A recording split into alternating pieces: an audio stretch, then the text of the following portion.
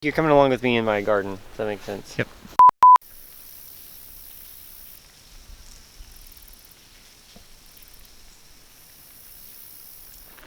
So we're out here this beautiful morning. I'm going to be trying to do some more videos, a little more vlog maybe format, just kind of let you come along with me different days, see what's going on the farm, hopefully share a few things. And this morning we're going to go check out the compost pile that I made with our students this last weekend. We're trying to monitor the temperature so that we're going to be turning it. We're making sure that it gets up to the temperature and maintains that temperature for 3 days before we turn it. And yeah, come check out this. Come check out the temperature here. Got a little compost thermometer, and you can see we are about 150 degrees, which we've been for going on almost 3 days now. So we'll be turning this pile tomorrow. This is a thermal compost pile.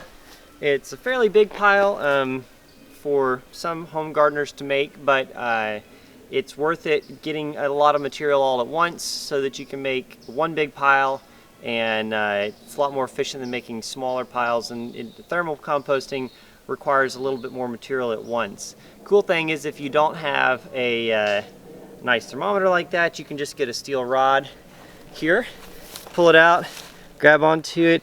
Woo, if you can't hold on to it for more than 5 seconds, then you know it's up to temperature. And the reason we wanted to get up to temperature here is because I don't want these weed seeds or any pathogens to survive, and that high heat will help. Towards the later part of the pile, it'll take about 8 weeks. Ideally, it'll cool down towards that end, and then hopefully the fungus will come in. Right now, it's a little too hot for much of the fungus that's going to be in that we want in our compost. It's going to be mainly bacteria that's working right now, but hopefully we'll give some updates as this pile progresses. Maybe we'll show you how we flip it. This is mostly hay, leaves, and some chicken manure that we made this particular pile of. So super exciting. So it's October, and I'm trying to get the last plantings in for the winter season.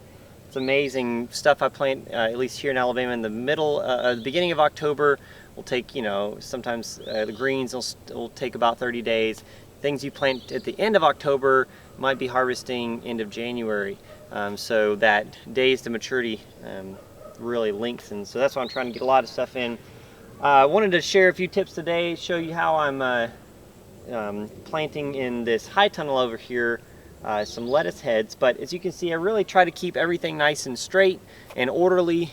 I used to years ago think that strings and really keeping nice even rows was kind of a waste of time. I mean, the plants, who really cares if the row's crooked or not? But really realizing that you can't really manage things well that you don't measure and keep orderly. And when we're hoeing between these rows, if they're crooked and the space between them keeps getting off and it changes, then it's a lot harder to manage it. So we found that really expressing God's orderliness, even though we don't see a whole lot of straight lines in creation, when we're managing things, that order really allows us to manage things a whole lot better than if it's kind of chaotic. On a smaller scale, you can kind of be a little more diverse, but especially on a larger market garden like this, straight lines are really important.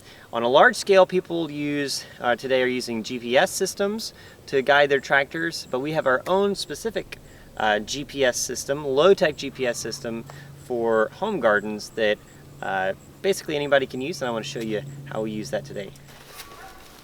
So this is our GPS system. It's I was actually giving a talk on planting with a low tech minimal tillage system, and there was actually an older gentleman who was a conventional farmer, and he came up with a twinkle in his eye at the end of my talk and was like, you actually do use a GPS system. And I'm just kind of waiting for so explain. And he said, when you use the strings, it's gently pull the string, GPS, gently pull the string. So we do use a GPS system here, but it's called gently pull the string. And what we do, especially with a mulched bed like this, I've put a fairly weed-free hay down. It's difficult to use like I do on like a compost mulch bed, row markers like this, where you can take a rake and I can use these plastic teeth to mark out a grid, and I can use this on a bed like this too, where I sort of open up a mark for my plants to go in. But if I wanted to drag it, I couldn't really do that in a mulch system like this. So it doesn't take very long actually to lay out strings like this, and I like to use another low-tech tool. Is just a planting stick.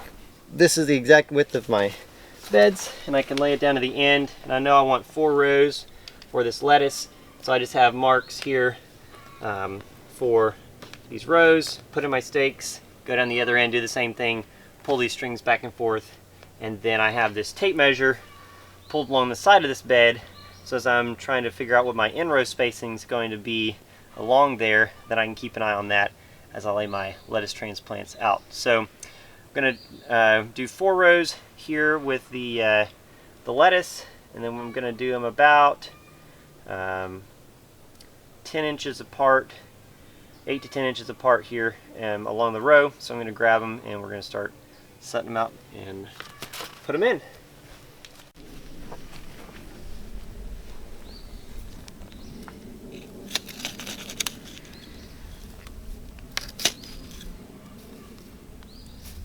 So I'm actually just using my planting stick here because I want it on a nice grid, so I know that my rows this way was from this mark to my little Sharpie mark there.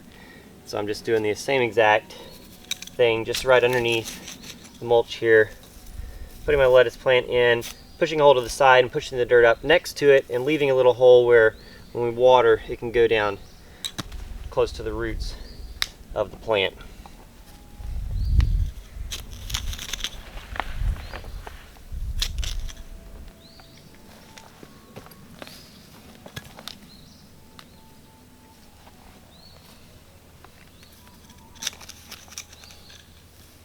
Nice thing about the strings in this system is there's no guesswork. You know exactly where everything goes, so you can actually work so much more quickly because you're not sliding down the row or trying to keep everything in line or wondering if you're planting it in the right spot. I know beyond a shadow of a doubt where each plant goes. It'll allow me to just go so much faster.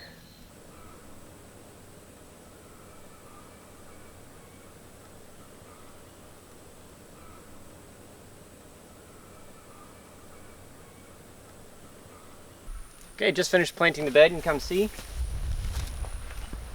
Got our lettuce laid out here. You can see it's nice straight rows and even. It's kind of cool to see how it's on a grid. And it really didn't take that long at all to put these in. And even though it takes, it really doesn't take that long if you have your garden set up right from the beginning to set up a GPS system like this.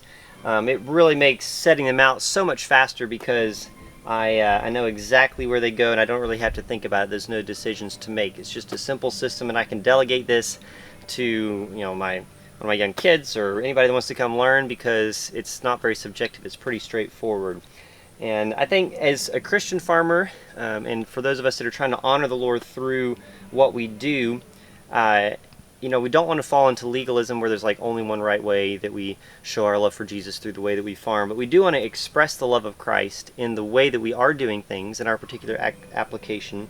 And just to share how I'm trying to do this with this particular bed as an example, I'm trying to express the humility, the unselfishness, and faithfulness of Jesus. And with the humility being, I'm trying to look at how does my Father grow things in creation and how can I copy that? And the 2 major principles I'm trying to apply here in my vegetable garden that I see as far as crop production is no deep, regular inversion plowing of the ground, so no deep plowing, and also keeping a mulch cover on the ground. And not that I think you're sinning if you plow or don't mulch, but I'm just trying to humbly say how can I observe what my Father's doing and apply it, and that's how I'm trying to do with this bed. So I've applied a mulch, I have not plowed this bed, and then I'm also trying to reflect His heart in the standards that I do through doing things on time, trying to plant this right here at the right time of the year here, for these crops. I'm also trying to do it to a high standard, so I'm going the extra mile in the way that I lay things out here, being wholehearted, going above and beyond, and then also doing it with minimal waste. So I'm, putting them in where I have the proper spacing, where I'm conserving my moisture, where even I'm making sure that I'm not wasting a whole lot of time trying to figure out where things need to go by having a nice system laid out for it to be pretty straightforward to put in. And then I'm trying to, when I do things God's way, when I do things with God's heart, then doing things on time to a high standard and with minimal waste, it produces joy.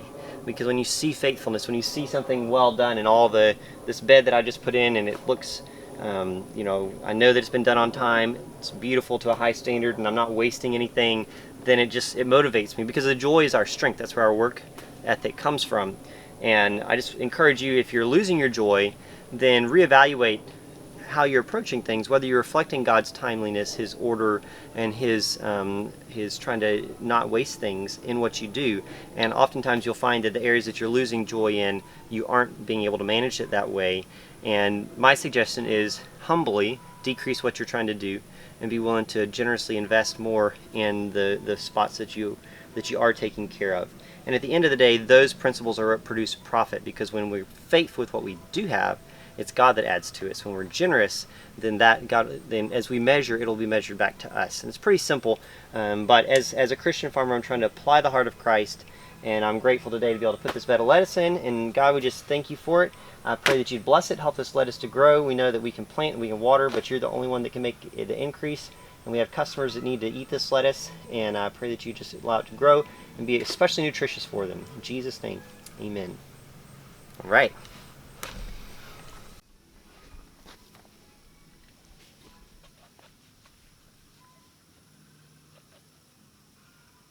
It might be good too if you just walk down the rows, just to kind of see the how it all looks. The effect of it. Yeah, like going down and seeing the layout of how they all are laid out.